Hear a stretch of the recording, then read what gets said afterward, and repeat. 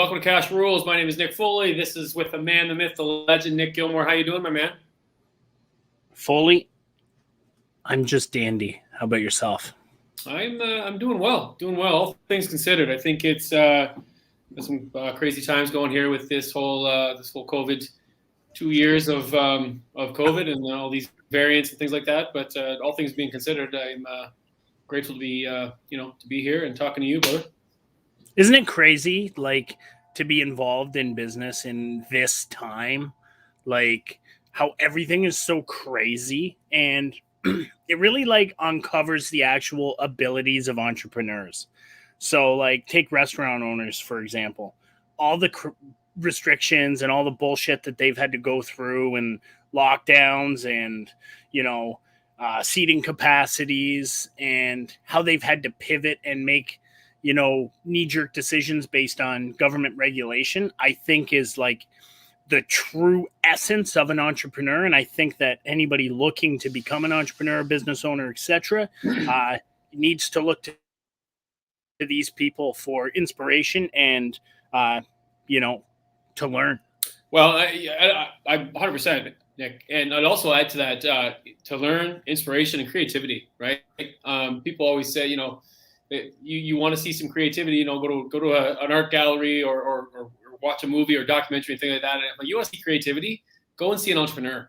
And because people are, especially over the last 21 months or so that we've been in this, people are so creative, especially in the entrepreneurial business realm, right? They're figuring out ways to work from home. They're figuring out ways to, I don't like the term too often, pivot, but they're using ways to pivot and to, and to use their know-how and expertise to the best of their ability. I'll give you an example, man. I was at a conference a couple of weeks ago, and we had to do a rapid test.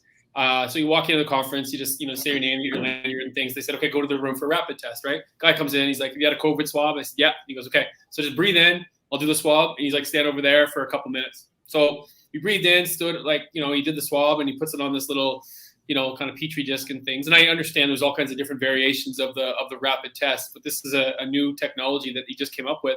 And after a couple of minutes, he's like, yep, look good, man. Everything's good. And I said, did you just come up with this like over the last little while? He said, yeah. He goes, I'm not a scientist or a doctor or anything like that. He's like, I'm a business person. He's like, collaborated with a few others. He's like, I'm one of the partners. And we go around and we provide this as a service in different capacities and things like that. So I just thought it was really inspiring. You know what I mean? Just to see that kind of, like, 21 months ago, that wasn't even on this man's like radar. Yeah. And now he's got this business that's mobile in Toronto. And, I think, he's making pretty good. I think it was like $50 a swap or something like that. Like, pretty significant amount of money. And that is exactly the mindset of an entrepreneur. You're always thinking, you're always coming up with ideas, you're always reinventing yourself, your business, the way that, society, the way that people do things. And I love it.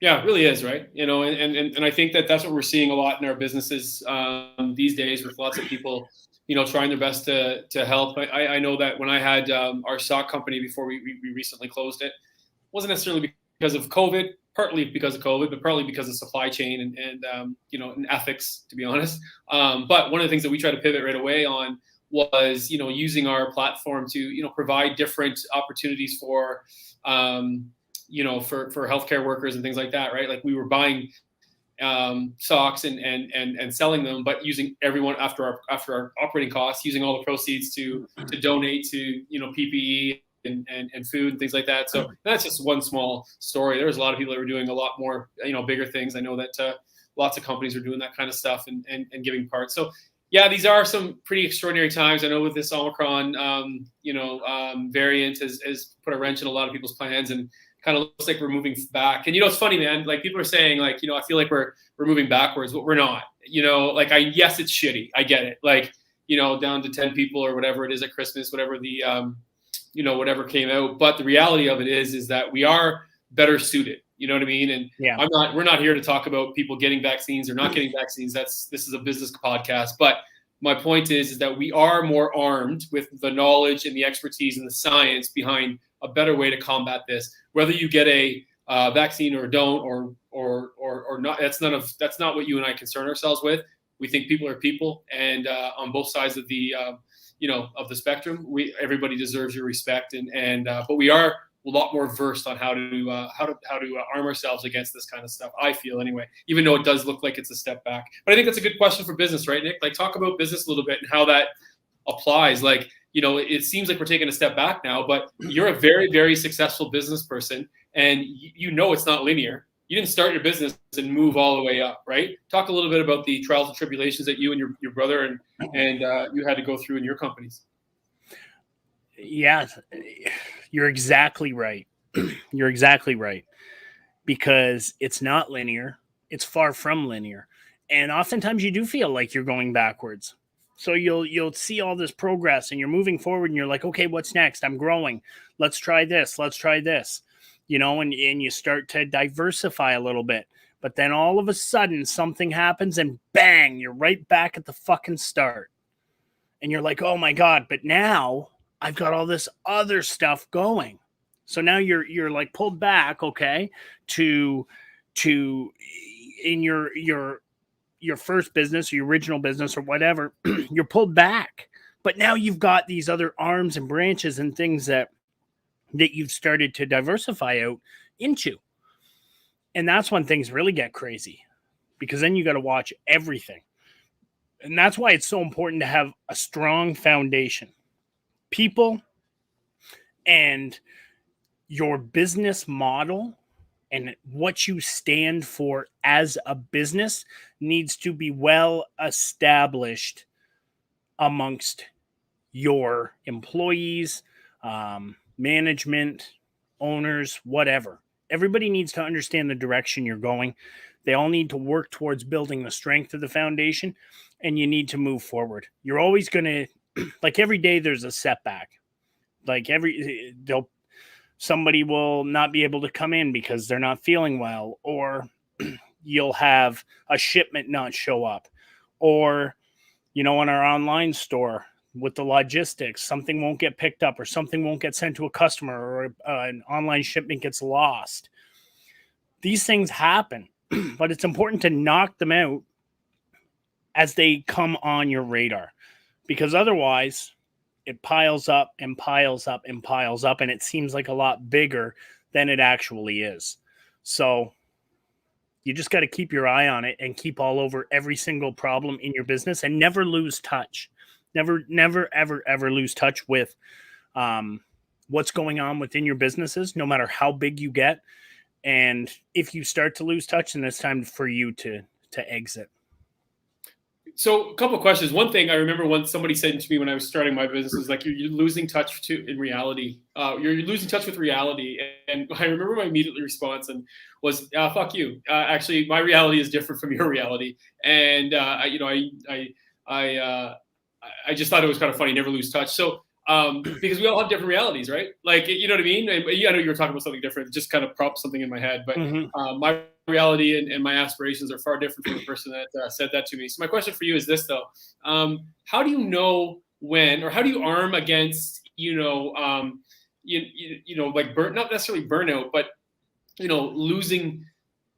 losing the handle on things? Like, when do you know when to hire good people so that you're not losing touch? Because I know you and your business, and I know it well enough. And one of the things that I know is that you're there every day. Yes, you and your brother, operations, things like that. But not everything goes through you. Like, you have high ranking of people that bring you the problem. When do you know that it's time to use other people?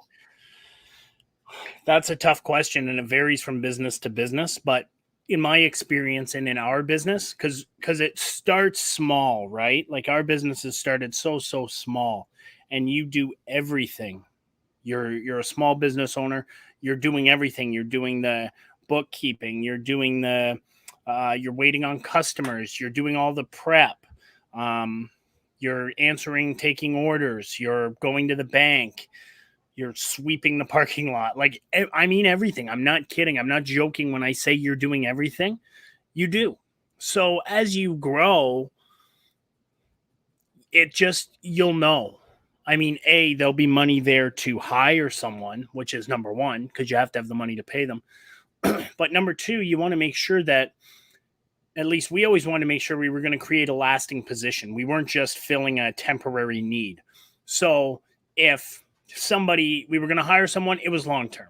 We weren't just creating a position that was going to help us for a little bit and then, well, whatever, maybe it'll go away. We waited until we were sure that this is going to be a long-term solution and a long-term career for somebody. And then we created the position. And, it doesn't always work out that way, but coming from small business and growing, you kind of know at what points you need people and how they're going to help you. And that's the way that I did it, just when it felt right.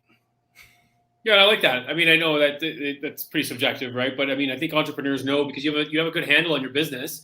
You know what you can do, you know what you can't do, and you know your limitations and what you're good at. Are we going here? Is this what we're all right? I'm starting to get my sweat on here. Questions I don't know if I was going to fight or not. You don't want to be knowing that you're in a fight halfway through the fight. So what? It's interesting though. It's interesting you say that, Nick, and I really like that, because and I know that a lot of people that are listening might think of it like, well, that's a bit of a nuanced answer, but it is different for every business, right? Yeah. And I think you're right. Like, when I read something from a guy named Dan Martell one time, and he's a 5-time business, starter of SaaS companies, service as a software, and 3-time he exited 3 of them. And one of the things that he said is, he's like, I would have a hard time believing that you would be able to make more than $250,000 on your own. You need to have systems and people in place. And so I guess for me, my question for you, Nick, is what are your thoughts on something like that? I mean, I know it's, give or take a few here and there, a grand here or there, but what's your thoughts on something like that? Like, why is hiring the right people and, knowing when to do so important for the expansion and growth of your business, or scalability of your business? He said, make $250,000. He's like, I'd be hard. Yeah. He said, I would have a hard time.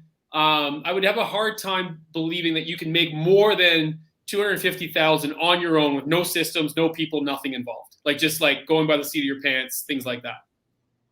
Well, I mean, I can tell you firsthand that I did that. Yeah. A lot more than that. I won't say that I didn't have any systems, but I certainly didn't have any people. We had very few. And I mean, there was another job I worked that it was just me, and I exceeded that number as well. So, I mean, maybe there's more to it that he's putting into it, but yeah, but you had systems, you said. Yeah. I mean, yeah, systems in terms of my daily operation of me. Yeah. So I would go in, okay, what am I doing today? I'm setting my day up. I'll do the orders, then I'll cut for the counter, then I'll call customers that want to talk to me, and then I'll do this, and then I'll do this, and blah, blah, blah.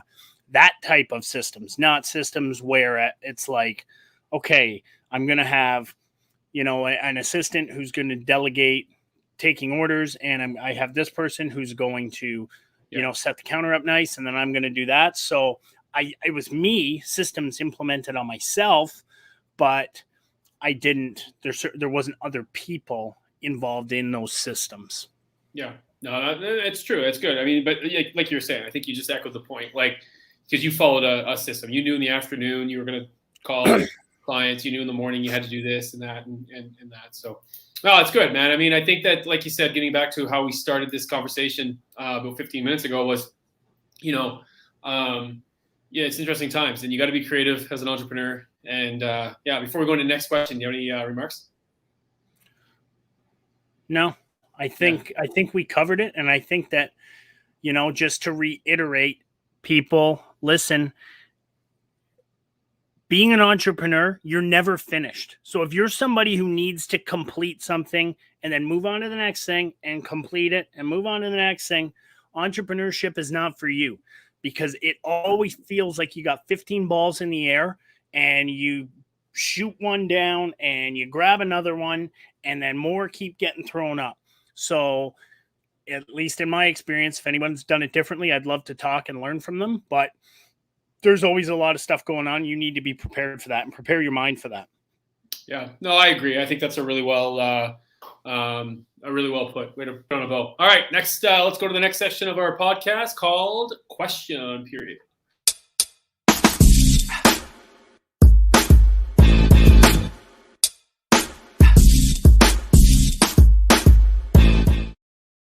All right, folks. So we're in question period here. Shout out to our main person in the background that gets things done, Ash Bear, with those awesome graphics. I know she hates when we mention her name on this podcast, probably, but those graphics, it's good, eh? So we gotta keep shouting it out, even though I did it last week as well. So how does question work for those people? Question period work for those people that are new listeners to us. We basically, Nick does a great job of putting out the questions every week. He says, ask us anything for Cashrules. What are they? And these are the questions that come in on a consistent basis. I ask the questions, Nick answers them. Sometimes I'll chop in. Sometimes I will jump in with a little bit of insight here and there if it's a lucky episode. Tonight might be one of those days. We'll see. But we will continue with question period. And I'm on fire today. This is going to be a good episode. Already is. Here's the first one. All right. What are the top 5 stocks? Now, I like this. Here's what I like about this question. And you're an expert in this kind of field. I know you invest in stocks. I find the stock market boring. And it doesn't move fast enough. It doesn't excite me. Lost interest in it. Tried to do it a little bit at the beginning of the pandemic. Thought I had some more time to do it.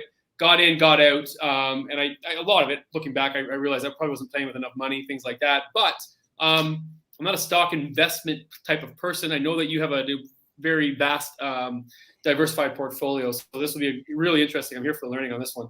What are the top 5 stocks, Nick? In your opinion? And again, so just to lead into this question, mentors.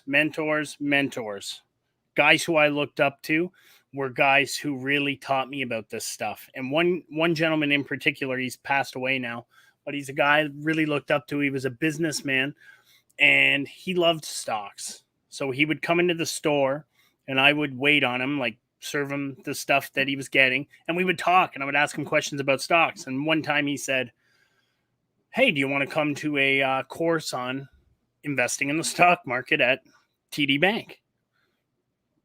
And I'm like, sure, but I work till 6. And he's like, okay, well, I'll book us in for 7 o'clock. And he was like a TD Wealth client or one of the high net individual clients. So I piggybacked in on his credentials, I guess. And we went to this meeting. And that's how it kind of got started. So I asked questions, I talked, I showed interest. He knew that I had potential and he took the time on me, took me there. We continued to do it. I started a practice account. So that's something that's big in stocks. For anybody who hasn't started investing, don't just start throwing money at stuff. You can start a practice account on any discount brokerage like RBC, TD in Canada. There's a million independent ones, Google, Yahoo Finance. You can do it on any of them. A private account, they'll give you $100,000 and you just start investing it and practice. Do that for 6 months. 6 months, and then learn how it works. Learn how to watch the trends. Learn how to use stock screeners.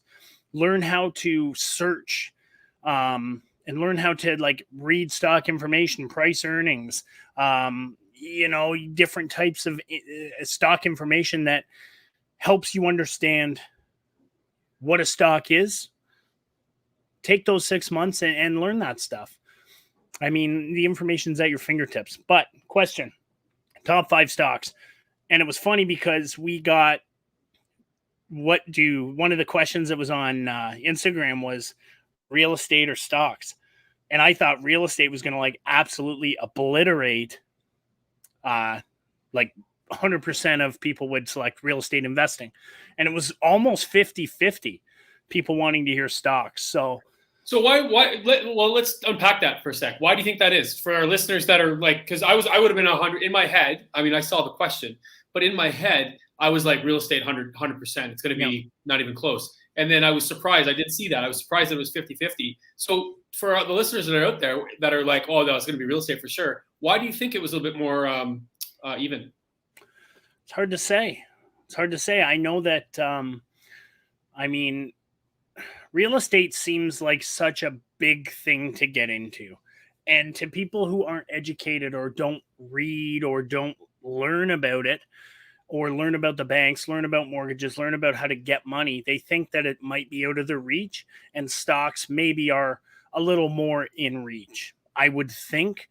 And unless you're using a margin account, it's hard to really leverage your capital and leverage growth in a stock unless you're using a margin account. It's hard to do that like you can with real estate. So that's why I like real estate, because you can leverage, you can grow, and so forward. I'm saying, not saying you can't do that in stocks, but it's certainly harder to do. But that What's a would margin be account? a margin account is where you can borrow against your asset or your stocks. So basically, the bank will lend you money on what you have. So margin accounts vary and based on, your experience and what the bank's willing to lend you. And there's different classes of stocks. So the stronger the stock, the more the bank will lend against it. And obviously, if it's a flyer, the bank's not going to give you a whole lot of money against it. But basically, it's borrowing money from the bank to buy more stock when you don't have the cash to do so. So, without further ado, top 5 stocks. TD Bank. Love TD Bank. Obviously, TD Bank, Toronto Dominion, Canada. My 5 are based on kind of 2 main things. Number 1 is the dividend yield, the increase in the dividend yield over the past 5 years. So anybody who's new to stocks, dividends, like, they'll pay you on a quarterly or an annually or a monthly basis. They give you money, okay? A percentage of the value of the stock. So that's called a blue chip stock. Anything that pays a dividend is called a blue chip stock. Toronto Dominion Bank, obviously, one of the biggest banks in Canada. I bank with them. They're strong. Their growth, another thing was year-to-date growth.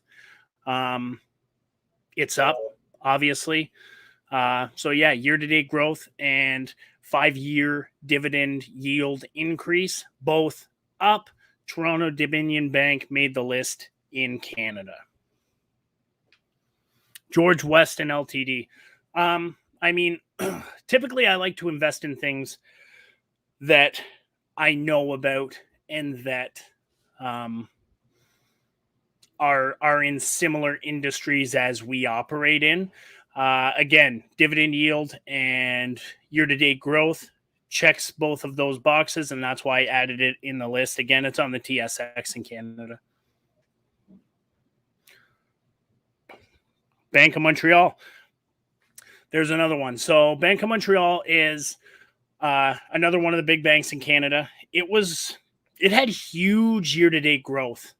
So I ran a stock screener anyways. So a stock screener is something that you can pick you can pick different things about a stock and what you want to see. So if you want to see high dividends, if you want to see price earnings ratios, whatever you want to see about a stock, you're able to select it, and then it'll show you different stocks. So Bank of Montreal checked both of my boxes. And banks in Canada, I mean, I always say this, you can't really lose with a bank in Canada. And if something happens with one of the big 5, then we're in for a lot more trouble than just your ownership in that stock. Hey, before you go any further, what is two questions for you, Nick? Because I'm an absolute listener on this segment, because I like I said, I have a very limited. What are the two? What is George Weston Limited anyway? What do they do? It's like, so George Weston is like the grandfather of Loblaws. Oh, Loblaws. So that's the Weston's family. Okay. But they also had the bread, like the Weston's bread, the bakery. Yeah. So they sold, which I think drove the price up. But yeah, just a strong dividend paying stock that has been around for a long time. And they also have a history of success. So number 2 is what do you look for? Like, what's the, like you said, the two things that you look for. Can you explain why?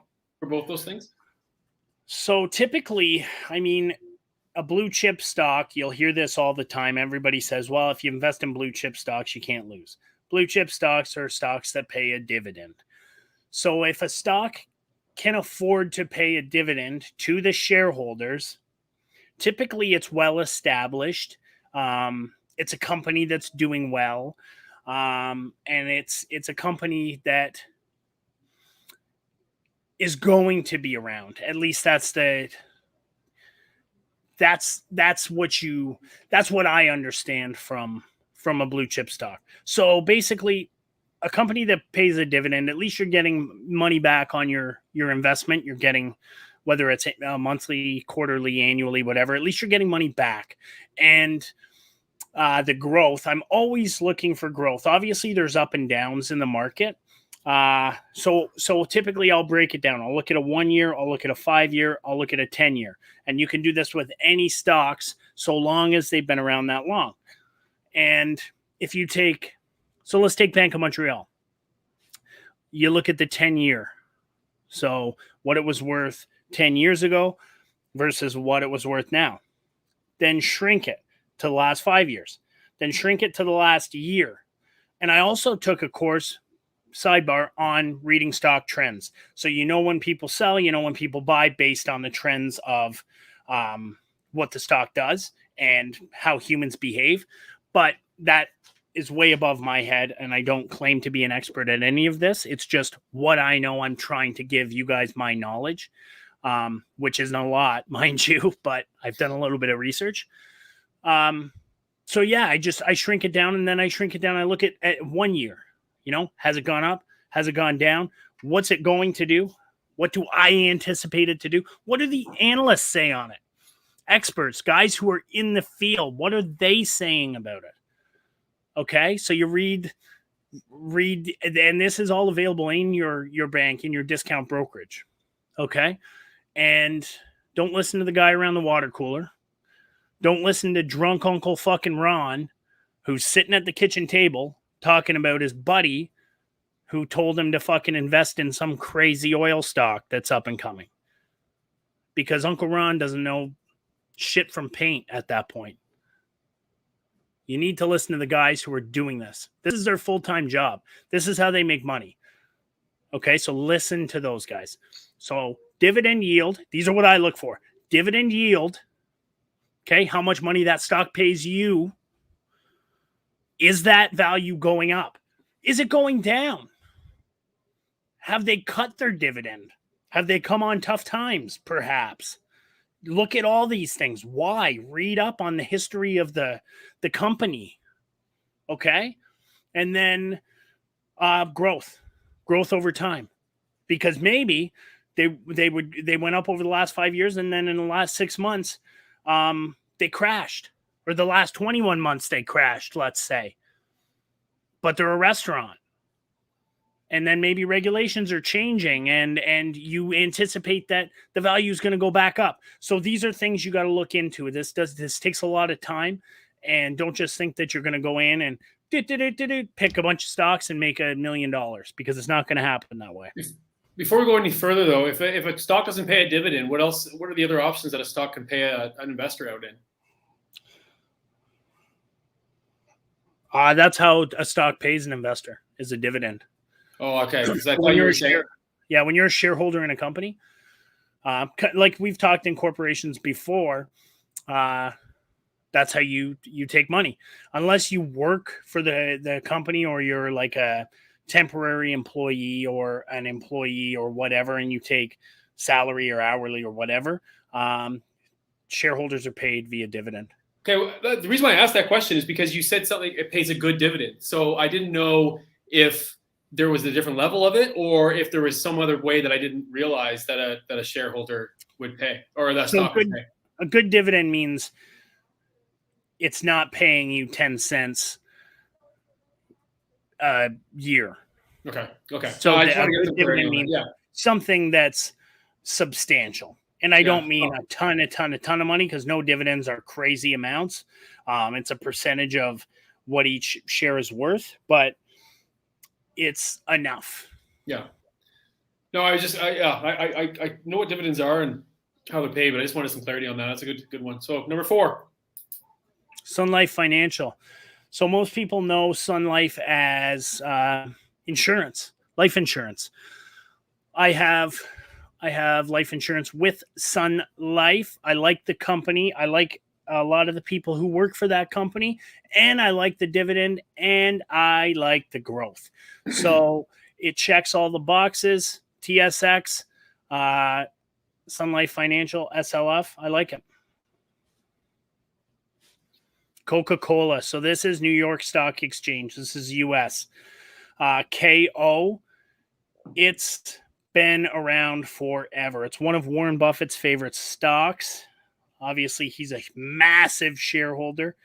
It's a good company. Again, we carry it in our retail stores, so I like to invest in things that I actually use or buy or are around in my life that I understand. Obviously, Coca-Cola, I don't drink it every day, but I do like to have a Ryan Coke the odd time, and we sell a ton of it at the store. So I understand that the business is growing. People do consume that product, and they've been around for a long, long time. Checks the boxes. I like it. Yeah, so this is my flyer, number 6. And I really, really, really like it. Dominion Lending Centers. So Dominion Lending basically is like it's a mortgage brokerage that you can go to, and they'll set up a mortgage for your home with a bank or a B lender or whoever. So they are the broker of the deal.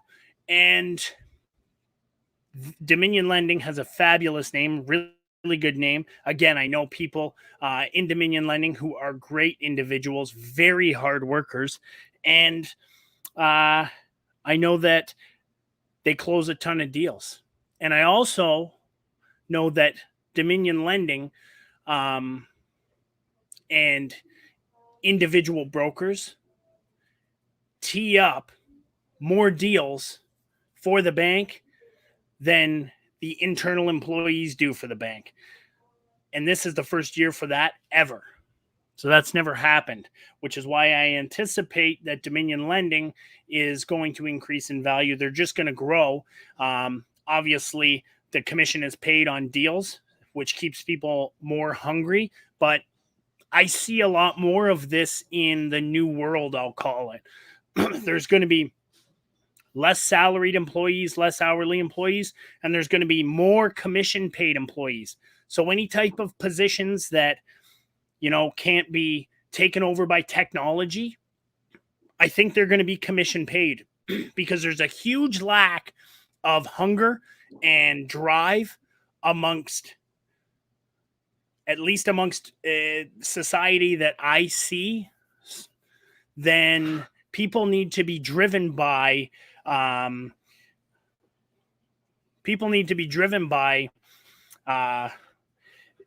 something commission, right? People need to be driven by an incentive. So when you're going to get something out of the deal, obviously it looks better to you. Not everybody works that way, and I'm not trying to suggest that people who are paid commission work harder than people who aren't, but I see it as a good way to incentivize employees. And I think that the bank is going to lean more on companies like Dominion Lending and mortgage mobile specialists for outsourcing of setting up mortgages, in my opinion, because I think it's cheaper. Well, I think it's cheaper, and I also think it gives you a little stock or a little stake in the game too, right? A little skin in the game, as they say. When it comes to incentivizing, I'm referring to. I tried that. I had an associate that took a percentage of what I was earning when I would get a presentation and things like that, and I found that it worked. She made a small salary and then was able to cash in on the other end of things when I was able to generate revenue generating gigs, things like that. So I've seen it work, and I think that you're right. I think that companies are trending towards this, especially with working from home, incentivizing their employees. Maybe the salaries will go a little lower, and the bonuses or the incentives will be a little higher. That might be something you'll see in the near future. The problem is then the government gets their fingers involved, gets their sticky little fingers in there, and tells the business owner and entrepreneur that, oh, you can no longer pay commission. Now you have to pay $18 million an hour. Yeah. Yeah. That's exactly. the issue you get. The more government regulation, the less that the society and their youngins coming up are motivated to work because they don't have to. Why would they? $18 an hour or whatever it is an hour, living wage an hour that you're, with no, no matter what the effort is, unless they're, being written up and things like that, no matter what the effort is, they're just going to continue to collect it. So I think incentivizing is the way to go, but you're right. There's different ways around it. There's different ways that the government is implementing that makes it so that, your hands are tied as a business owner and an employer. Next question. Why do you like real estate over stock? So I'm going to give you a little break here, Nick, and just before you answer, because I know you your in your portfolio you heavily waver or lean towards real estate. My portfolio is only real estate, and one of the reasons why I like real estate, before I throw it over to you, who've been in this real estate game longer than I have, the reason why I like it is because you can use debt. You can leverage debt in order to build assets, right? And so that's one of the reasons why I really like real estate in that capacity. Again, another one too is like, you're using, you're allowing your money to work for you, right? So I may have to, use debt to buy a house, but if I have, renters and people in the Airbnbs or short-term, long-term rentals, things like that, they're paying down the mortgage with every for every renting every month that's going on. So I'll give you an example. I'll tell you a quick story of there's a very prominent businessman in my hometown, and he owns a couple of fast food places, and he's got a lot of real estate. And my friend was telling me a story about him, and he was saying how he just thought it was really interesting because he put down a down payment for something, and his realtor came back and said, you're really a little short. He's like, do you have the $5,000-$10,000? And he said, well, not until next Thursday, and I won't have it in my account till then. Will you do it? Can you take it off my credit card? And the guy said, yeah, and no problem. So job done, everything was fine, but it just got me thinking, right? Like, this guy has all kinds of assets. He's got a beautiful house on the water. He's got a boathouse that's like the size of the house that I'm living in now. Like, he's got all kinds of assets, but he doesn't have, $100 million in the bank. And I think that speaks to what you talk about. We might have $100 million in assets, but it speaks to what we talked about last week with, if you're putting money in the bank at a higher level, inflation, you're losing money because inflation is going to kill you, right? You have to let your money work for you. So that's one of the reasons why I love real estate. That's why it really speaks to me, but I'll throw it over to you. Cash, when it sits stagnant, depreciates. The $20 steak you can buy today with a $20 bill will no longer buy you that same steak in 1 year. It will not. Okay? So what happened to your money? It depreciated. That's what happens to cash. That's why the cash always needs to be working and doing things and growing and appreciating when it's invested in assets. Okay? And then you've got when you own. So let's look at it, an investment property. You own a rental property, okay? And if you can tell me, Foley, if you can tell me any other way that you can do this, I'll give you $10,000. Buy an investment with a small portion down. Buy that investment with a small portion down, and then get somebody to pay you to pay for the portion you borrowed for that. Can you? I'm not smart, but I know I can't come up with an idea to get to do that other than what you're talking about, real estate. So that's the beauty of it. That's what I love about it. Yes, it's going to go up. Yes, it's going to go down. Yes, it takes work. It takes a lot of work. It's not a passive income like it's classified as. It's not passive.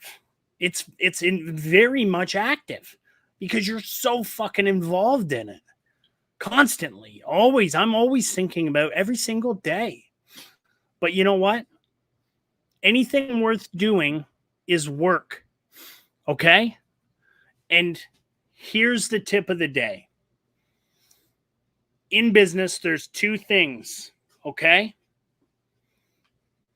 There's growth and there's cash flow. When you are growing, you don't have cash flow. And when you have cash flow, you have stopped growing. I like that. So can you elaborate on that a little bit more as far as the cash flow not growing? So to your point about your buddy's friend or whatever he was not having the 5 or 10 grand until the following week for the multi-million-dollar deal or whatever it was. He's growing. He's growing. His money is constantly deployed and being used. So does he have a cash flow? Obviously not, because he didn't have the 5 grand. But he's certainly growing at a fucking exponential speed, right? He's in growth stage. If he stops growing, stops buying, pays everything down, starts paying everything down, cash flow begins. Yeah. No, I like that. Both. Yeah, and it's a really good, and going back, it's funny. I don't look very often at single families, and because they generate good cash flow, sure, but there's not a lot of appreciation. And give you an example. I mean, when I bought the unit that I have, I went to you and we talked about it, the duplex. I bought that because our renters don't pay the market value. I bought it at the price I did. Sorry, they don't pay the market value, and I know people. That's a different conversation. Rent being high and things, but they pay low. So here's my point. Is I looked at that as a long-term game. I may not, have a lot of cash flow during the month, on a monthly basis, but the long-term game is it will appreciate over time. Now, further to that, you talked about a second ago about, it not being a passive income because you need to be thinking about it all the time. Well, you know what? You're 100% right. I also understand within a year or so, interest rates are going to go up. Right. And so with the interest rates going up, if you don't have a mortgage that's a fixed mortgage, if it's a variable mortgage, then that mortgage is going to go up. So I have to think of ways of how am I going to generate cash flow for that property. We talk about bunkies and smaller houses on the property and things like that in order to do that, to raise a little bit more cash flow, to give myself a little bit more of a buffer. My point is that you have to look for different ways in order to generate that to help with that appreciation and generate, keep yourself, going with it, right? And before anybody says, well, why don't you just raise the rent? You can't, right? 1.25% a year, and I have to give them 3 months notice. So if someone's paying $800, then you can raise it $24 or something around that nature. So thanks for. And not to mention, Foley, and I know this goes for you, so I'm going to speak for you when I say this, but you're not a fucking dick, and neither am I. And I feel the responsibility to an extent, look after the tenant in terms of that. I don't want them having shit that doesn't work. I don't want them having the rent jacked up on them. I don't want them going through hard times caused by me. I get it. Things happen. Sometimes houses are a little bit older and things go on. But ask any one of my tenants what type of an individual I am. And 100% of the time, I know they'll say the same thing. I'm a good guy and I care about their well-being because I truly do. And that's not just being a good businessman, and it's not just having good morals. It's the right thing to do as a human being. And I think that, there needs to be more of that in business. It doesn't mean you can't be a good business guy because you're not a hard, crazy asshole.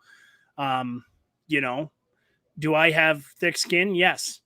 Do I have the ability to make tough decisions when necessary? Yes. Do I have compassion and empathy for people? Absolutely, I do. And I will continue to. No, I think you're right.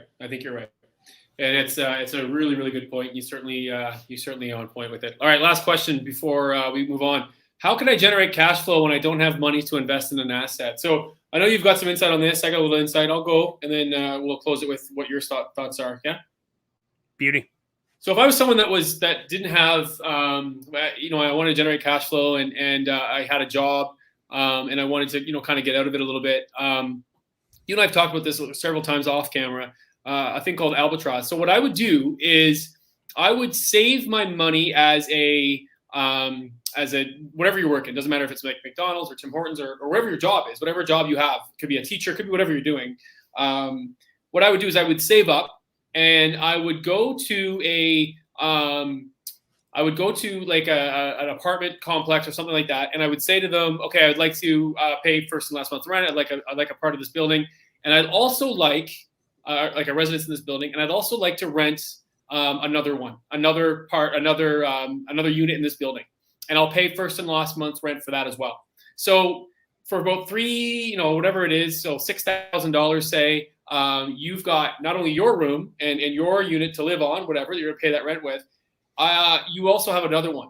And so what people are asking, well, what would you do for that? I would then go and ask, before I would commit to it, I would ask the person who runs the building, or whoever's running it or owns it, whoever's running it, property manager, if I can rent it as a short-term rental, right? Maybe it's an Airbnb, but also maybe it's like a 1 month rental or a 2 month rental for people that are in business, and specifically cater and advertise towards that. And I'd also say, to sweeten the pot, you're not going to have to worry about maintenance for this one unit, because I'm going to clean it every day after the renters the short-term renters are gone. I'm going to clean it. I'm going to make sure that everything is up and up to snuff, on how it looks and how everything is going, so I can rent it to the next tenant or the next client. And so that will never give you anything for appreciation, because you don't have any rights in the building. But what it will do is generate cash flow,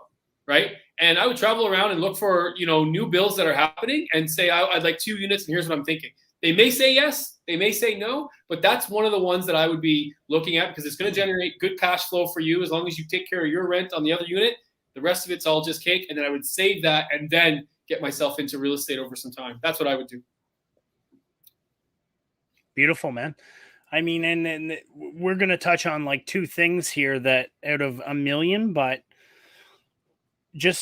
we just recently moved into a condo on the water, on Lake Ontario, and beautiful place. Very fortunate to be there. So with the garbage, it's like there's no garbage chute, at least that I know of. So you got to take your garbage and take it downstairs. You take the elevator, put it in the garbage bin or your cardboard or whatever. And it doesn't seem like a big deal, okay? But to some people, there's people who are a little bit older and whatever, and it can be hard. So I said to Danielle, you know what would be a really good idea, especially if you were younger, would be give a newsletter out to everybody in the building. So let's say there's 100 residents in there, and say, I'm going to do garbage pickup on Tuesdays and Fridays. It's $5 a pickup. I'll just put it outside your door by 8 p.m. I'll collect it and I'll take it out to the garbage. And then you do that. Let's say everybody subscribes and they say $5 pickup, so $10 a week. That's great. So 10 times 100 is $1,000. That's 1 week. $1,000 a week. You can do this when you're 12 years old. Yeah. That's just one. I just came up with that. I just thought of that out of thin air. And I'm constantly thinking of these ideas. So if you're looking for extra cash flow, just think, what are you good at? What is a problem that needs solving? I saw a problem in the building and I saw a solution. Am I going to be that guy? No, because I don't have time. But I would be that guy if necessary. And I needed the money. I would happily do it. I would be proud to be working and serving my community. And I think it's a great idea. Anybody who's in a building, feel free to steal it. Yeah, no, that's a really good idea, man. And I think that's, like you said, even if you got half half those subscribers, smart. Yeah, and use your environment too, right? Like I know where you live and in that area. I mean, there's lots of islands and stuff. I've seen businesses where people are young people. They get on their boat and then they go to the island. They take the grocery order and they go and get it. Last thing you want to, I mean, usually people go, but like to islands and stuff, they bring their groceries with them. Yeah, but if you live out there on these islands, they have internet and things like that. You live there all year. This is a wonderful service. You don't have to get in your boat and go. Perfect. I'm going to sit in my deck, have a beer. You go do the grocery shopping, follow the list. I'll give you that and a big tip. And like you said, there's tons of money out there. So to your point, knowing your environment, knowing the individuals who you're serving, what type are they affluent individuals? If so, they're not going to mind paying for a service like that. So you're right. Moving on to rant time. Yes.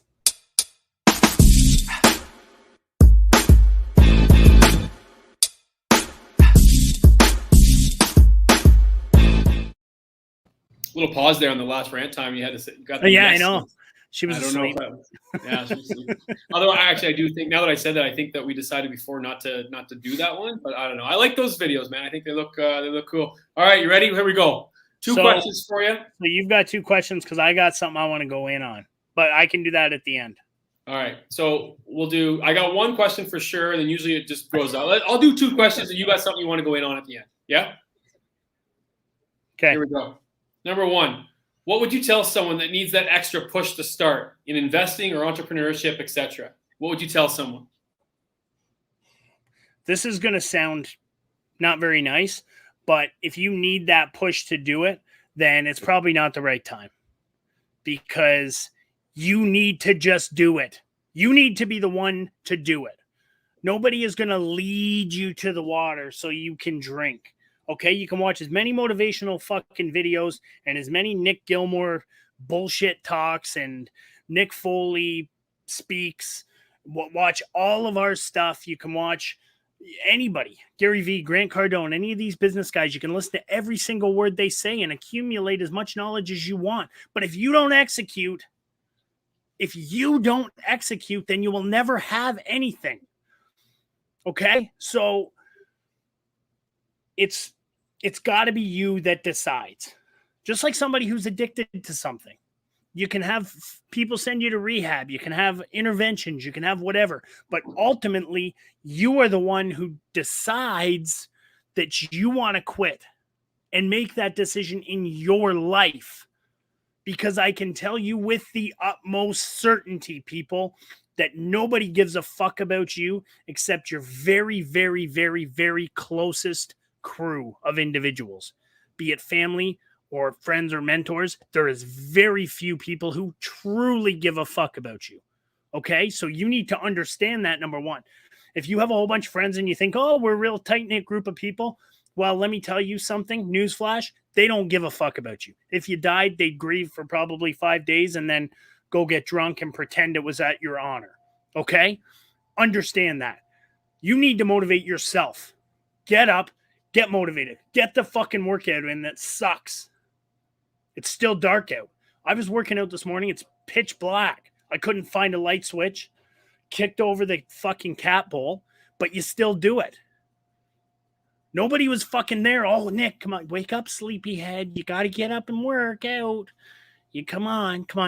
I'll help you. Here's the weights. That doesn't happen. So you got to motivate yourself. What do you say to the person that says they don't have enough time in the day? I fucking love that. I love it. And I love that question. You knew that was going to fucking set me off. I don't have enough fucking time in the day. Tell me. People say that to me all the time. Okay? I don't have enough. Well, I don't have enough time to work out. I wish I could, but, I got to play with my kids. I'm not saying these things aren't important. Don't get me wrong. But if you truly want something, you'll make fucking time for it. If you want to get in shape, you'll make time for it. If you want to start a business, you'll make time for it. If you want to be father of the fucking year, you'll make time for it. You will make time for what's important in your life. There's 24 hours in the day. Okay? How much time do you spend scrolling social media? motherfucker. How much time? Probably a lot. How much time do you spend on Tinder? Are you going out for fucking dates? Are you looking at bikini pics of girls or dudes or whatever? Are you doing that? Because that's really not a good use of your time. Okay, you know what's a huge deal right now that I didn't even know? Porn addiction is massive. It's destroying lives. I'm not kidding either. Like, it is a big deal. How did this happen? Like, it's understand how many hours in a day you have to use, how much sleep you need, and allocate tasks and follow through. You have enough fucking time in the day. Don't tell me you don't. Love it. You have anything else to add, brother? Yes. I want to put kind of there's this stigma around jobs, entry-level jobs, I'll call them. Entry-level jobs. That's what they're classified as. Sometimes they're not entry-level, sometimes they're somebody's lifetime job. But everybody thinks it makes a lesser person by working at Tim Hortons or McDonald's or Starbucks, or you're working at a grocery store, or you're doing it. People, there's this stigma around these positions where you think the person is less of a person or less smart or deserves to be treated like shit because they're in this position. And let me tell you, I know this firsthand because I've worked a lot of those jobs. I can remember working a job. I was I was a meat cutter, but I was like serving people and straightening up and facing shelves and cleaning up and all that jazz. And people would come up and they wanted to talk to the owner. Like, is so-and-so here? But they wouldn't say hi. They wouldn't acknowledge you. And then like, and slice me a pound of mock chicken or bologna. And just like totally, like you're just their servant. Okay? And I remember each of those fucking people. Some of them actually work in construction. And I can tell you who will never work on one of our development projects, those motherfuckers. Because it's funny how people and things come around. And that's my example of me coming around. Because I could probably give some of these people $20 or $30 million worth of business. Really, in reality, not exaggerating. But I won't, because of the way they treated myself and the way that they would treat other individuals in my position. So stop. If you are somebody who thinks that somebody who works in those positions is less, fuck you. Okay? Fuck you. Because everybody's a human being. And if you are working in that job, good for you. Good for fucking you. Because everybody needs to make ends meet. It takes a whole slew of different types of people to make this world go round. And you are doing a hell of a lot better of a job than somebody sitting at home, drinking a beer, collecting CERB because they fucking beat the system. Good for you. I'm fucking proud of you. And anybody who thinks that way, fuck you. I'm Nick Foley. He's Nick Gilmore. This is Cashrules.